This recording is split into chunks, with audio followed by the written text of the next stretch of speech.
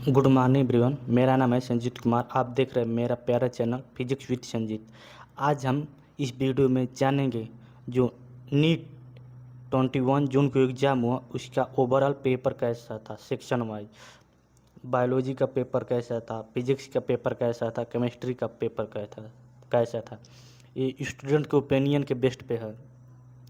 Student का विचार कैसा कैसा है, कैसे उन लोग को एग्ज़ाम में फेस प्रॉब्लम क्रिएट हुआ, कौन सा सब्जेक्ट इजी लगा, कौन डिफ़िकल्ट था, कौन मॉडरेट था, ओवरऑल पेपर कैसा था।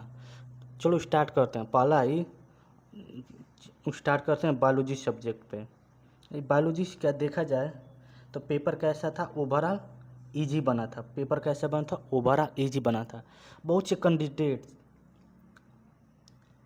क्या किए थे, बहुत से कैंडिडेट उनको पता चला मतलब कि एग्ज़ाम के हाल में उन लोग को क्वेश्चन है तो कैसे फेस किया, देखने पे ज़्यादा डिफ़िकल्टी प्रॉब्लम क्रिएट नहीं हुआ। ईजीएस्ट अमंग ऑल मतलब सभी लगभग 90% सबको नहीं जो पढ़ा होगा उसके लिए क्या था, ईजीएस्ट था, मतलब कि ईजी लेवल का था। इसमें क्या था, कैसा क्वेश्चन था, focused on memory based concept. क्या जो मेमोरी बेस्ड कॉन्सेप्ट होता है उसी पे ओवरऑल क्वेश्चन पूछा गया था। तो एक कैसा क्वेश्चन था, इजी में इसको काउंट किया जाता है। कैसा बायोलॉजी का पेपर कैसा था ओवरऑल इजी था। अब उसके बाद दूसरे सेकेंड सब्जेक्ट की बात कर रहे हैं, फिजिक्स। इसका पेपर कैसा था। फिजिक्स का पेपर देखिए, फिजिक्स का पेपर डिफ़िकल्ट स्टूडेंट बता रहे, डिफ़िकल्ट था क्योंकि ये क्या था, डिफ़िकल्ट एंड टाइम कंज्यूमिंग भी था। ये डिफ़िकल्ट भी था, उसके बाद टाइम कंज्यूमिंग था।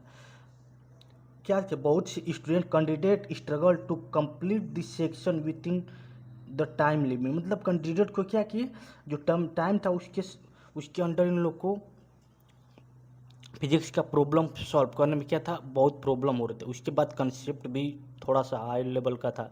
ओवरऑल देखा जाए तो paper A moderate too difficult level था। बहुत से बच्चे क्या बताएं, डिफ़िकल्ट पेपर कैसा था, डिफ़िकल्ट था।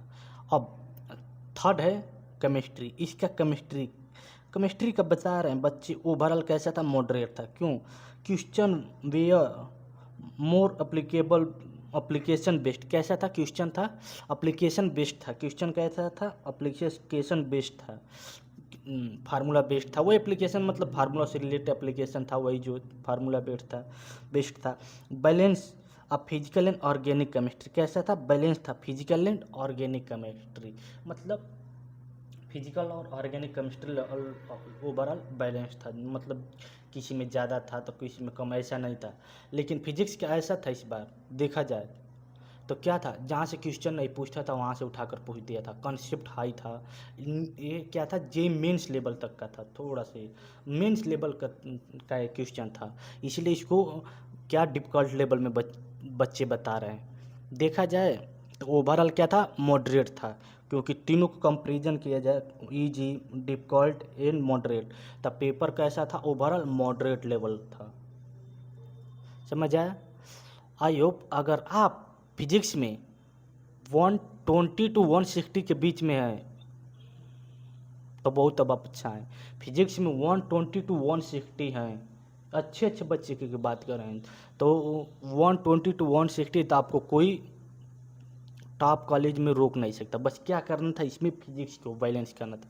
फिजिक्स ही है। देखिए ओवरऑल देखा जाए ना, फिजिक्स ऐसा सब्जेक्ट है जो नीट के स्टूडेंट को हमेशा परेशान करता है। अगर इजी आ जाए तो क्या होगा, अगर फिजिक्स इजी आ जाए तो क्या होगा, बच्चों के लिए इजी पड़ता है। अब फिजिक्स अगर डिफ़िकल्ट आ जाए वहाँ पे बच्चा प्रॉब्लम क्रिएट होता है, उन लोग को फेस करना बहुत ज़्यादा डिफ़िकल्ट हो जाता है। इसलिए फिजिक्स हमेशा, इसलिए जो पेपर सेट करता है वो जानता है कि फिजिक्स हमेशा फिजिक्स को वेरिएशन करता है, कभी डिफ़िकल्ट डालेगा, कभी मॉडरेट डालेगा, कभी इजी डालेगा। इससे पहले वाला कि देखिए पेपर कैसा था, इस बार का कैसा है, रैंक भी डिफरेंट हो जाएगा उसमें, इस बार कट ऑफ भी डिफरेंट हो जाए क्योंकि फिर सिर्फ किसके कारण, फिजिक्स लेवल, फिजिक्स के क्वेश्चन के कारण।